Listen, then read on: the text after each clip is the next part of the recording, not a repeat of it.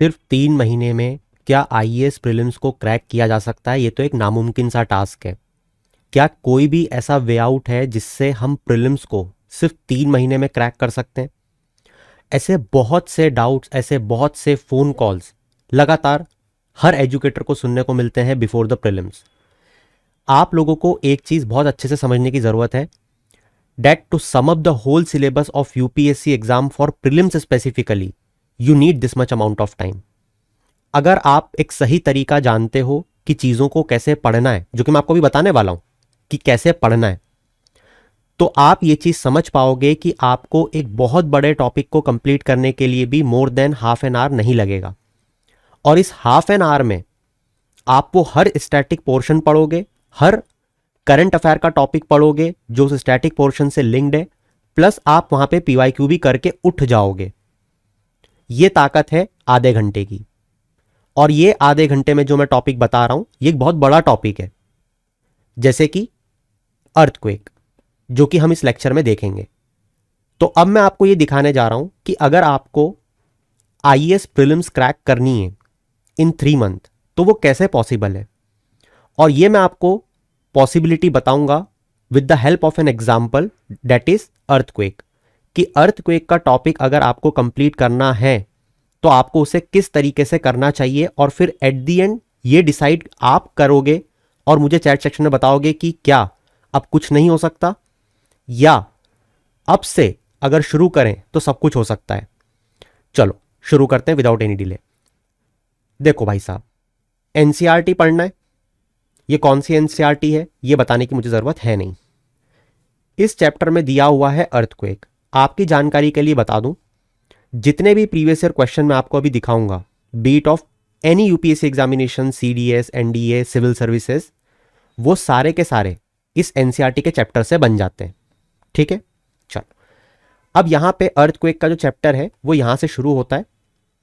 यहां से आपको कुछ पॉइंट में वो अर्थक्वेक को समझाता है, जैसे अर्थ शेक क्यों होती है, यहाँ पे आपको हाइपोसेंटर के बारे में बताया जाता है, फोकस के बारे में आपको बताया जाता है, प्लेट टेक्टोनिक एक्टिविटी के बारे में, अर्थक्वेक वेव्स के बारे में आपको बताया जाता है, जहाँ पे आपसे वो बॉडी वेव, सरफेस वेव को डिस्कस करेगा। वो आपसे P wave, S wave, surface wave, Rayleigh wave, इन सब के बारे में डिस्कशन करेगा। फिर वो आपसे शेडो जोन के बारे में डिस्कस करेगा कि पी वेव का ज़्यादा होता है या एस वेव का ज़्यादा होता है, ऐसा होता है तो क्यों होता है, कितने तरीके के अर्थक्वेक आते हैं, एक्सेट्रा।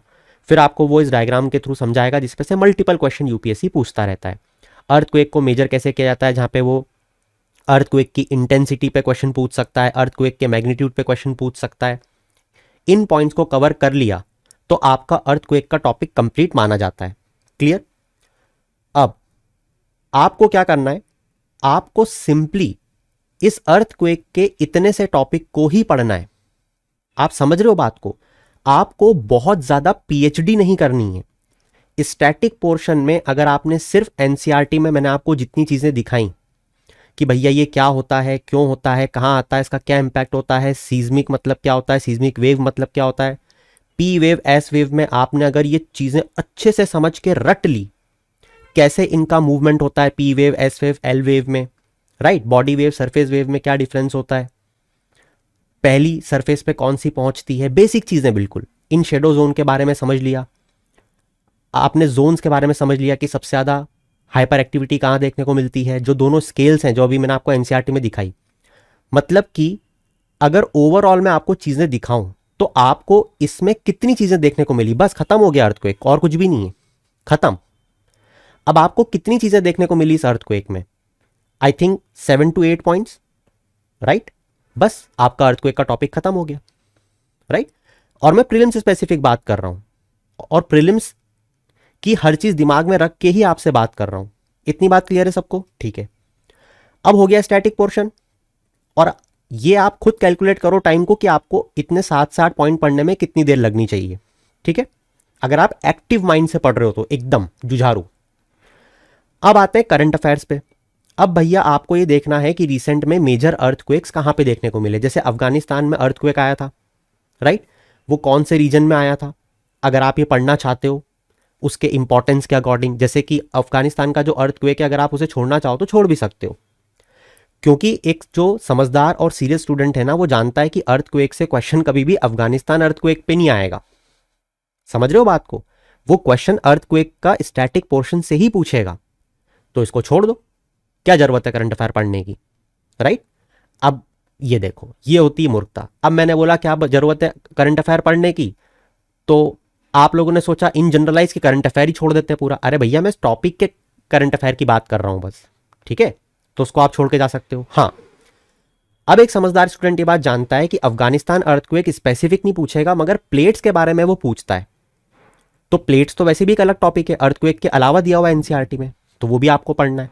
तो फटाफट आप इसमें जो प्लेट्स होती हैं, जैसे इंडिया के आसपास कौन सी हैं मेजर जो प्लेट्स होती हैं, उनको आप पढ़ो और काम खत्म, ठीक है? इस तरीके से अब आपने स्टैटिक भी पढ़ लिया, आपने करंट भी पढ़ लिया। अब आते हैं पीवाईक्यू पे। पीवाईक्यू को देख के फिर से एक बार यही साइकिल रिपीट होगी, और इस साइकिल में जब हम पीवाईक्यू देख लेंगे तो वापस से एक बार स्टैटिक पोर्शन पे हम जाएंगे। अब जब हम पीवाईक्यू देख रहे हैं तो हमको पीवाईक्यू में क्या समझ में आएगा, फटाफट फटाफट देखना है हमको, बिल्कुल फटाफट।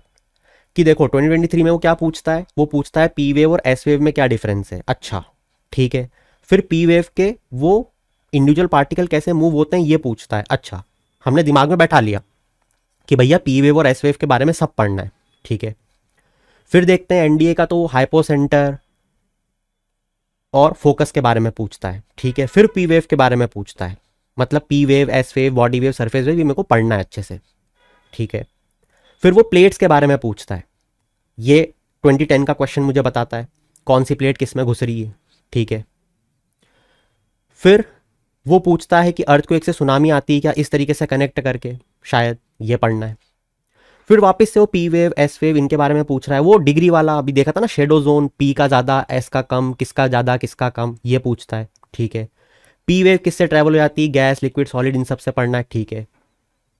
फिर वापस से हम देखते हैं तो एपिसेंटर, हाइपोसेंटर, इनके बारे में पूछ रहा है, हाँ ठीक है? मतलब कॉमन चीजें पूछ रहा है बार बार बार बार। या तो वो प्राइमरी पूछ रहा है, सेकेंडरी पूछ रहा है, किस मटेरियल से ट्रेवल करती है पी वेव ये पूछ रहा है, कैसे पी वेव में इंडिविजुअल पार्टिकल्स मूव करते हैं ये पूछ रहा है, प्लेट के बारे में पूछ रहा है। गिनती के 8 पॉइंट हैं जिन पे वो क्वेश्चन पूछ रहा है बार बार बार बार बार बार, विदाउट एनी वेरिएशन। ये देखो वापस से प्लेट मार्जिन पे क्वेश्चन पूछ रहा है, राइट? तो अगर आपने वो थीम्स पकड़ ली कि भैया जो क्वेश्चन आएगा वो इन्हीं थीम्स पे पूछेगा, तो बस आपका काम खत्म। अब आपने एक बार स्टैटिक पोर्शन ऑलरेडी पढ़ा हुआ है कि भैया मेरा अर्थक्वेक तो पूरा कंप्लीट ही है ना, मैंने अर्थक्वेक में जितनी भी स्टैटिक चीजें होती हैं वो पढ़ी हुई हैं। फिर मैंने पीवाईक्यू भी देख ली है कि इसमें क्या चीजें पढ़नी है, और स्टैटिक और पीवाईक्यू को देख के टॉपिक खत्म, क्लियर? तो इस तरीके से अब आप अगर टाइम लिमिट सेट करके चीजों को पढ़ोगे तो आप खुद सोचो कि आप इतने बड़े टॉपिक को अगर हाफ एन आवर में कंप्लीट कर पा रहे हो। देखो वो मेरी स्पीड के अकॉर्डिंग और मेरी सोच के अकॉर्डिंग मैंने बताया। हो सकता है कि आप में से कई लोग बोलो कि नहीं हाफ एन आवर नहीं, मुझे तो 1 घंटा लगेगा। ठीक है, 1 घंटे से कैलकुलेट करो। आप अपनी स्पीड के थ्रू ये कैलकुलेट करो कि अगर इतना बड़ा टॉपिक जो कि इतना इंपॉर्टेंट है, जो इतनी बार पूछा जा चुका है, अगर आप 1 घंटे में कंप्लीट कर पा रहे हो तो ऐसे कितने टॉपिक आपको पढ़ के जाने प्रीलिम्स के लिए। तो क्या आप नहीं कर सकते? The decision will be upon you. और चैट सेक्शन में जरूर बताना कि आप फाइनली किस डिसीजन पे पहुंचे। और हां, बस एक चीज ध्यान रखना कि मैंने इसके जितने भी पीवाईक्यूज है ना उनको भी सॉल्व करवाया हुआ है इंडिविजुअली, यूट्यूब पर अपलोड भी किया हुआ है, उसको भी जाके देखना और फिर उस डिसीजन पे पहुंचना, उसके पहले नहीं। That's it from my side for this particular topic. Will meet you soon, till then keep shining, have a good day.